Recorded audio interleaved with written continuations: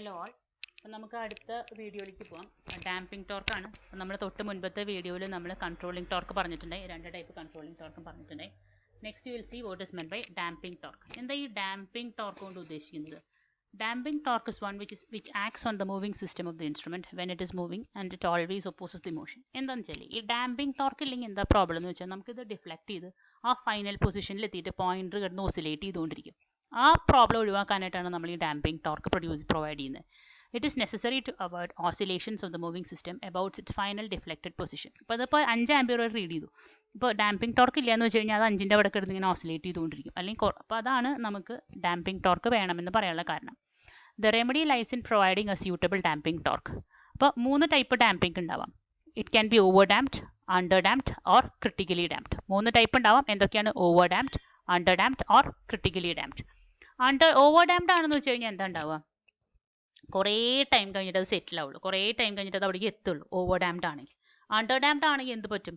It will have A number of oscillations. അതിങ്ങനെ കിടന്നിങ്ങനെ oscillate ചെയ്തുകൊണ്ടിരിക്കും. നമുക്കത് അവസാനിപ്പിക്കാൻ പറ്റില്ല. അതിങ്ങനെ നമ്മൾ റീഡിംഗ് എടുക്കാൻ നോക്കുമ്പോൾ ഒരു ചെറിയ പോയിന്റ് ഇടയ്ക്ക് കിടന്നിങ്ങനെ ഓസിലേറ്റ് ചെയ്തുകൊണ്ടിരിക്കും. അതാണ് അണ്ടർ ഡാംപ്ഡ് ആവുന്ന കണ്ടീഷൻ. അപ്പോൾ എന്തുകൊണ്ട് ഉണ്ടാവണം? നമുക്ക് ഒരു സഫീഷ്യൻ്റ് ആയിട്ട് ആ ഡാമ്പിംഗ് അവസാനിക്കും വേണം, അതേസമയം ഒരുപാട് സമയം എടുക്കാനും പാടില്ല. അതിനുവേണ്ടി നമുക്ക് എന്ത് വേണ്ടി വരും? It is called critically damped or dead beat. അങ്ങനെ ആയാൽ മാത്രമാണ് നമുക്കിത് പ്രോപ്പറായിട്ട്, അതായത് ഒരു സ്ഥലത്ത് അധികം സമയം എടുക്കാണ്ട് ഒരു സ്ഥലത്ത് വന്ന് സെറ്റിൽ ആവണമെങ്കിൽ നമുക്ക് എന്ത് വേണ്ടി വരും? It should be critically damped. Okay. അപ്പോൾ ഡാമ്പിംഗ് ടോർക്കിനുള്ള എക്സാമ്പിൾസ് ആണ് കാണിച്ചിരിക്കുന്നത്. ഡിഫ്ലക്ഷൻ ഓഫ് ദ, ഇവിടെ നമുക്കിപ്പം ഒരു പോയിന്റർ 0 ഡിഫ്ലക്ട് പോയിന്റ് ചെയ്തു. ഇവിടെ നമുക്ക് റീഡ് ചെയ്യേണ്ടത്, പക്ഷേ എന്തുണ്ടായിരിക്കും? അതല്ലെങ്കിൽ ഇതിങ്ങനെ കിടന്ന് ഡിഫ്ലക്ട് ചെയ്തുകൊണ്ടിരിക്കും. 5 ആംപിയറിനും 7.5 ആംപിയറിനും ഇടയിലും കിടന്ന് ഇങ്ങനെ ഡിഫ്ലക്ട് ചെയ്തുകൊണ്ടിരിക്കുകയാണ്. അപ്പോൾ അത് ഒഴിവാക്കാൻ വേണ്ടിയിട്ട് നമുക്ക് എന്ത് വേണ്ടി വരുന്നത്? ഡാമ്പിംഗ് ടോർക്ക് കൊടുക്കേണ്ടി വരുന്നത്. അപ്പോൾ 3 കണ്ടീഷൻ പറഞ്ഞിട്ടുണ്ട്. ഒന്ന്, ഓവർ ഡാംപ്ഡ് ആണെങ്കിൽ അത് കുറേ സമയം കഴിഞ്ഞിട്ട്, അതായത് ടൈം കൂടുതൽ എടുത്തിട്ട് അത് സെറ്റിൽ ചെയ്യുള്ളൂ, നമ്മുടെ റീഡിങ്ങിലേക്ക് എത്തുള്ളൂ.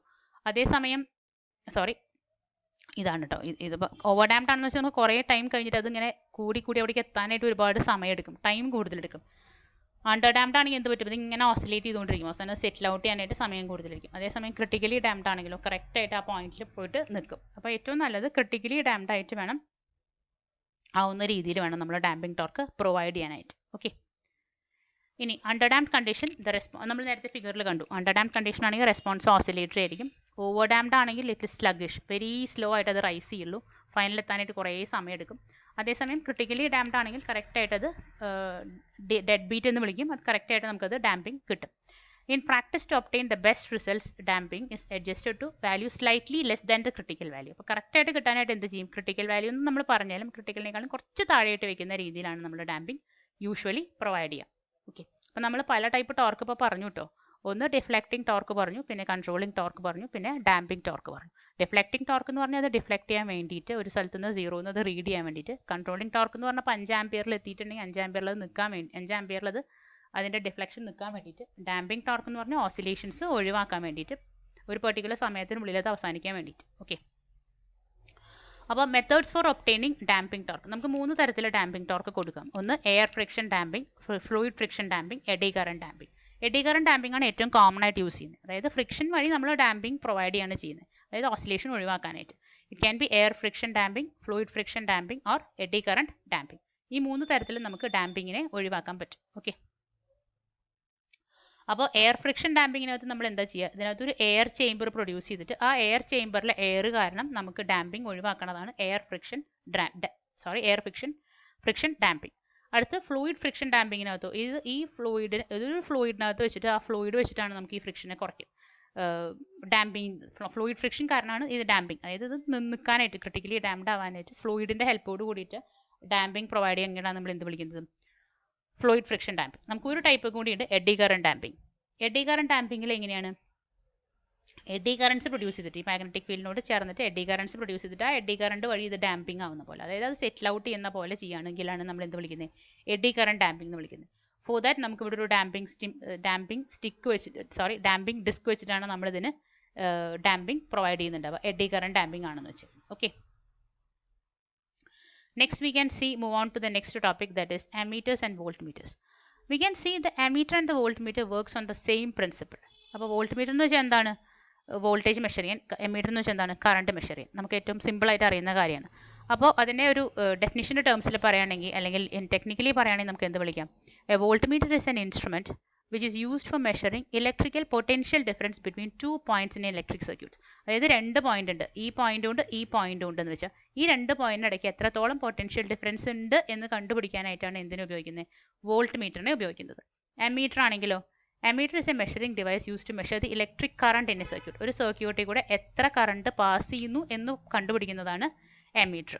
അപ്പോൾ ഏറ്റവും പ്രത്യേകതയുള്ള ഒരു കാര്യമാണ്, എനിക്ക് തോന്നുന്നു നമ്മുടെ ചില വെബിനാർ സീരീസുകൾ നമുക്ക് കോളേജിലെ എലമനായി വെബിനാർ സീരീസുകൾ നടത്തിയിരുന്നു. അപ്പോൾ അത് അറ്റൻഡ് ചെയ്തവർ കേട്ടിട്ടുണ്ടായിരുന്നു. ഒരു പക്ഷേ ഒരു ക്വസ്റ്റ്യൻ ഇങ്ങനെയായിരിക്കും, മെഷർമെൻറ്റ്സ് വളരെ ഇമ്പോർട്ടൻ്റ് ആയിട്ടുള്ള ഒരു ടോപ്പിക്കാണ്. ഒരു ക്വസ്റ്റ്യൻ ഇങ്ങനെയായിരിക്കും, ചിലപ്പോൾ ഇങ്ങനത്തെ ക്വസ്റ്റ്യൻസ് ചോദിക്കാം. ഒരു വോൾട്ട് മീറ്റർ സർക്യൂട്ടിൽ എങ്ങനെയാണ് കണക്ട് ചെയ്യുക, അതുപോലെ ഒരു അമ്മീറ്റർ ഒരു സർക്യൂട്ടിൽ എങ്ങനെയാണ് കണക്ട് ചെയ്യുക. ഒരു വോൾട്ട് മീറ്റർ നമുക്കറിയാം വോൾട്ടേജ് മെഷർ ചെയ്യാനായിട്ടെന്ന്, അതുപോലെ കറണ്ട് അമ്മീറ്റർ അറിയാം കറണ്ട് മെഷർ ചെയ്യാനായിട്ടെന്ന്. ഒരു അമ്മീറ്റർ എപ്പോഴും സീരീസ് ആയിട്ടേ കണക്ട് ചെയ്യുള്ളൂ, എപ്പോഴും സീരീസ് ആയിട്ടേ കണക്ട് ചെയ്യുള്ളൂ. അതുപോലെ വോൾട്ട് മീറ്റർ എപ്പോഴും എങ്ങനെ കണക്ട് ചെയ്യുള്ളൂ? പാരലൽ ആയിട്ട് കണക്ട് ചെയ്യുള്ളൂ. ഏത് ഡിവൈസിൻ്റെ ആണോ വോൾട്ടേജ് മെഷർ ചെയ്യേണ്ടത് അതിന് പാരലൽ ആയിട്ടാണ് വോൾട്ട് മീറ്റർ കണക്ട് ചെയ്യുക. അതുപോലെ ഏത് ഡിവൈസിൽ കൂടെ ഫ്ലോ ചെയ്യുന്ന കറണ്ട് ആണോ മെഷർ ചെയ്യേണ്ടത് അതിന് സീരീസ് ആയിട്ടാണ് ആരെ കണക്ട് ചെയ്യുക? അമ്മീറ്ററിനെ കണക്ട് ചെയ്യാം. ഓക്കെ,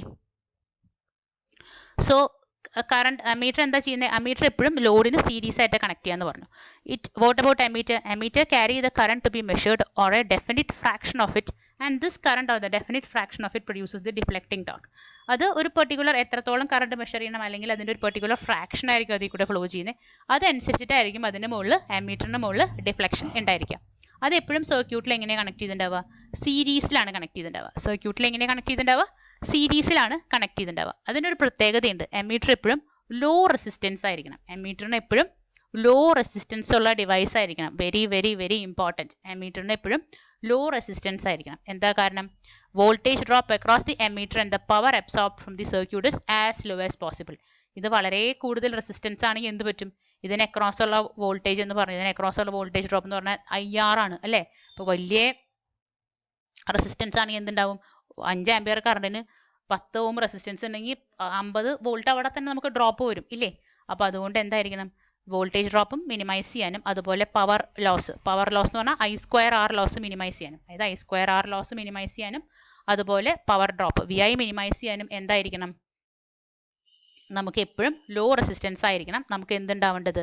ഒരു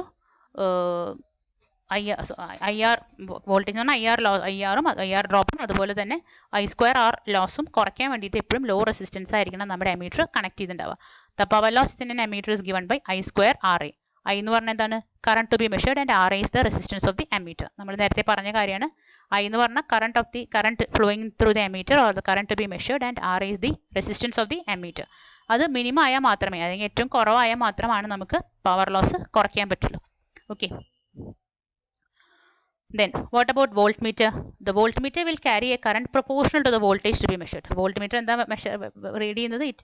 it carries a current. എന്ത് കറണ്ട് ക്യാരി ചെയ്യുന്നത്? It is carrying a current proportional to the voltage to be measured, which produces the deflecting torque. It carries a current proportional to the voltage to be measured, which produces the deflecting torque. അത് എപ്പോഴും ലോഡിനെ എങ്ങനെ connect ചെയ്യുള്ളൂ എന്ന് പറഞ്ഞു? It will be always connected in parallel with the load. അപ്പോൾ ammeter series ആയിട്ട് connect ചെയ്യണേ, അതിന് ലോ റെസിസ്റ്റൻസ് ആണെങ്കിൽ ഇതിനെ എങ്ങനെയായിരിക്കണം? It must be of high resistance so that the current flowing through the voltmeter and the power absorbed from the circuit are minimum. എന്തായിരിക്കണം? ഇത് high resistance ആവാനുള്ള കാരണം എന്താണ്? കറണ്ട് മിനിമൈസ് ചെയ്യാനും അതുപോലെ തന്നെ പവർ ഡ്രോപ്പ് മിനിമൈസ് ചെയ്യാനായിരിക്കും. കാരണം എന്താ? പവർ ഡ്രോപ്പ് വോൾട്ട്മീറ്ററിനെ ക്രോസ് ഉള്ള പവർ ഡ്രോപ്പ് എങ്ങനെയാ പറയുന്നത്? V²/R.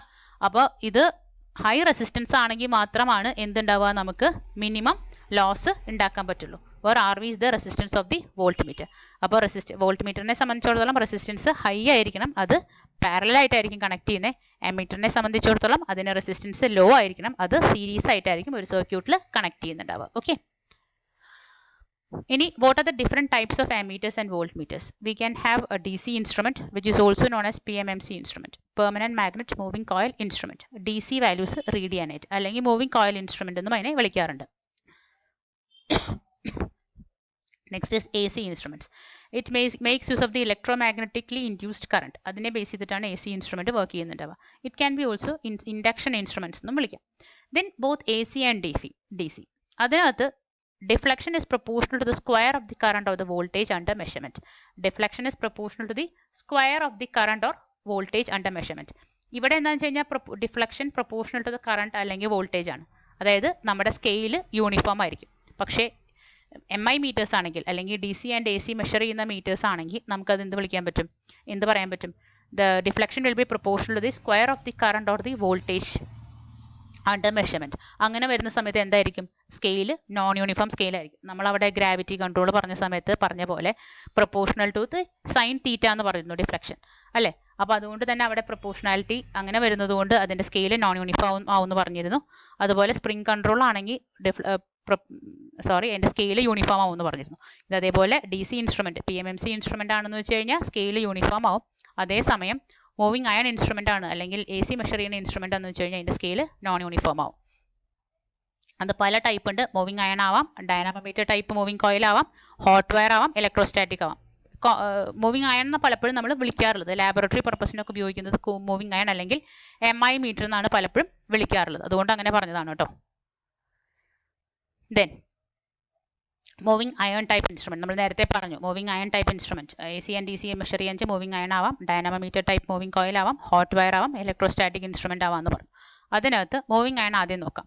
അപ്പോൾ മൂവിങ് അയണിലെ laboratories and switch boards at commercial frequency, അത് ഏറ്റവും കൂടുതൽ യൂസ് ചെയ്യുന്നത് മൂവിങ് അയൺ ആണ്. ലാബോറട്ടറി സ്വിച്ച് ബോർഡ് അങ്ങനത്തെ കമേഴ്സ്യൽ ഫ്രീക്വൻസിയിലൊക്കെ ഉപയോഗിക്കുന്നത് മൂവിങ് അയൺ ആണ്. കാരണം it is cheap, robust and it is highly accurate. രണ്ട് ടൈപ്പ് ഉണ്ടാവാം. Attraction type moving iron instrument ഉണ്ടാവാം, റിപ്പൽഷൻ ടൈപ്പ് ഉണ്ടാവാം. രണ്ട് ടൈപ്പ് ഉണ്ടാവാം. എന്തൊക്കെയാണ്? അട്രാക്ഷൻ ടൈപ്പ് ഉണ്ടാവാം, റിപ്പൽഷൻ ടൈപ്പ് ഉണ്ടാവാം. ഇപ്പോൾ അട്രാക്ഷൻ ടൈപ്പ് ആണെങ്കിൽ തീർച്ചയായും എന്ത് പ്രിൻസിപ്പിളായിരിക്കും വർക്ക് ചെയ്യുന്നത്? It will be operating on the principle of attraction of a single piece of soft iron into a magnetic field. ഒരു മാഗ്നറ്റിക് ഫീൽഡിനകത്ത് ഒരു സോഫ്റ്റ് അയൺ പീസിനെ അട്രാക്ട് ചെയ്യുന്ന പ്രിൻസിപ്പിളായിരിക്കും എന്ത് വർക്ക് ചെയ്യുന്നുണ്ടാവുക? അട്രാക്ഷൻ ടൈപ്പ് വർക്ക് ചെയ്യുന്നുണ്ടാവുക. What about repulsion type? Repulsion type ആണെങ്കിൽ റിപ്പൽ ചെയ്യണമെന്ന് വെച്ചാൽ രണ്ട് പേരുണ്ടാവണം ഇല്ലേ? It works on the principle of repulsion of to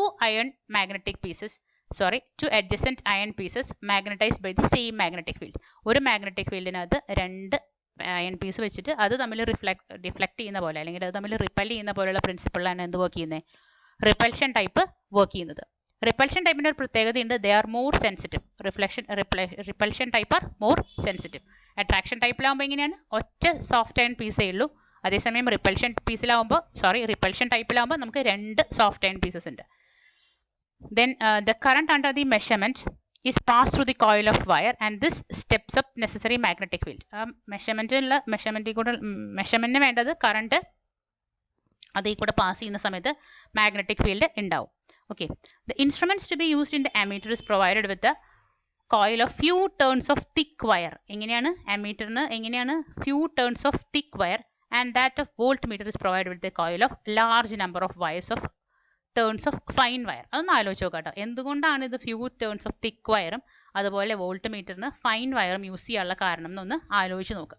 ഒന്ന് ആലോചിക്കണം കേട്ടോ. അത് എന്തുകൊണ്ടാണ് അമ്മീറ്ററിന് ഉപയോഗിക്കുന്നത് തിക്ക് വയർ ആയിട്ടുള്ളതും അതുപോലെ തന്നെ വോൾട്ട് മീറ്ററിന് ഉപയോഗിക്കുന്നത് ഫൈൻ വയർ ആയിട്ട് യൂസ് ചെയ്യണേ എന്നുള്ളതൊന്ന് ആലോചിക്കണേ.